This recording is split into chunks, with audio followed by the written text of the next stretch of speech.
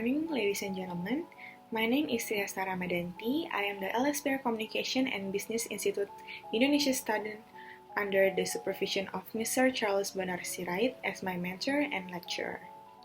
I am here today to talk to you about climate change issue that is very important for the sustainable world.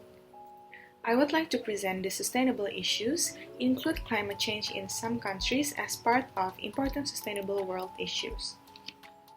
People are calling it crisis of our time, and it is climate change. But it's easy to get lost in this story. The science is dense and politics get in the way. World leaders are meeting in Madrid to talk about the climate crisis and how to slow it down. They are under pressure from millions of people around the world calling for concrete action. So, what exactly are we doing wrong and how do we fix it? We are going to kick this off with some basic science. There are the levels of carbon dioxide in our atmosphere over hundreds of thousands of years. We started to breaking CO2 records in 1950 and we have not stopped since. Scientists say there is a 95% chance that human activity is the cause. We've been burning more and more fossil fuels like oil and coal, which release CO2 to power our homes, factories, airplanes, and cars. There's also a lot more of us. The global pollution has tripled in the past 70 years, and we are consuming more products from animals that release another pollutant called methane.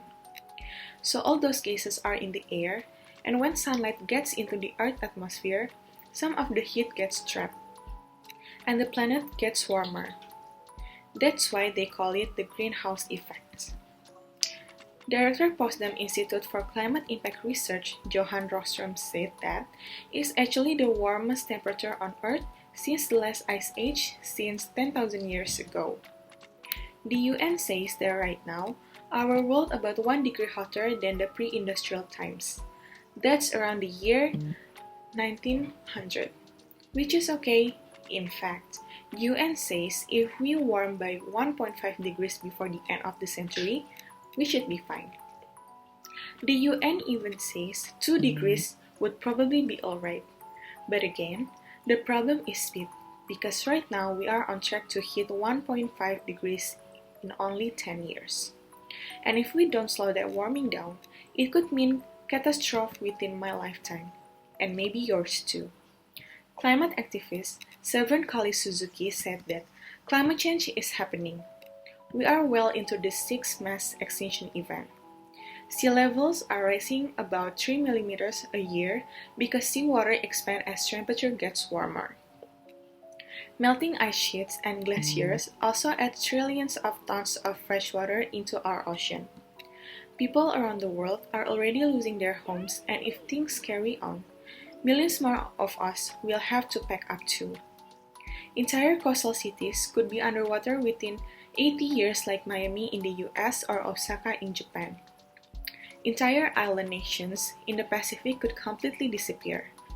Secretary General United Nations Antonio Guterres said that natural disasters becoming more and more intense, more frequent with devastating consequences, the dramatic impacts of droughts in different parts of the world.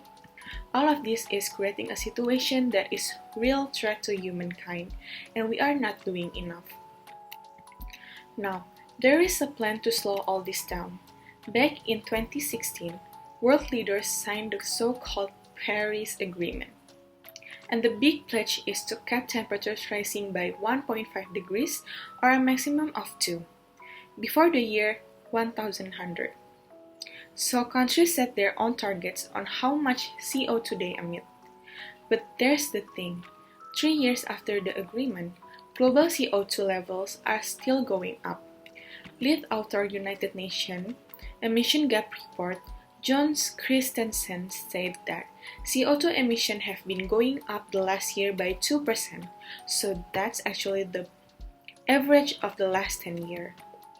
So it started to increase again, and it doesn't look too good. In some ways, we're going backwards. The US President Donald Trump said that the United States will cease all implementation of the non-binding Paris Accord the draconian financial and economic burdens the agreement imposed on our country. The US, one of the world's biggest polluters, has pulled out the Paris deal. Russia and China are accused of not giving themselves ambitious targets in the first place. Turkey and Poland want to build more power plants that use coal, and then there's a skeptics General Secretary Wolfgang Mueller said that it's political decision, that it's man-made global warming. On the other hand, there is positive momentum. There's more awareness and some countries are making progress. India, Morocco, and the Gambia have massive renewable energy projects. But experts say what's needed now is an even bigger push to change everything about the way we run our world.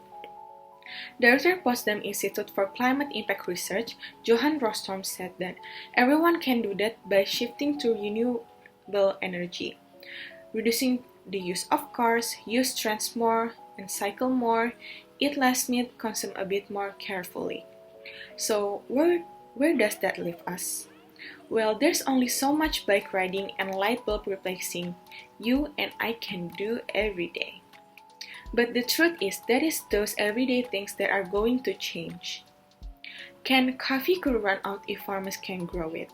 So the expert advice is that it's down to all of us to change our ways and shake things up, or climate change is going to do it for us. As we bring our climate change issue in some countries as part of important sustainable world issues, I would like to thank you for your attention and hope that this sharing session give all of you a clear understanding of climate change issue in some country around the world. If you need further and detailed information regarding this issue, kindly text in the comment column below this video. Have a great sustainable world. Thank you.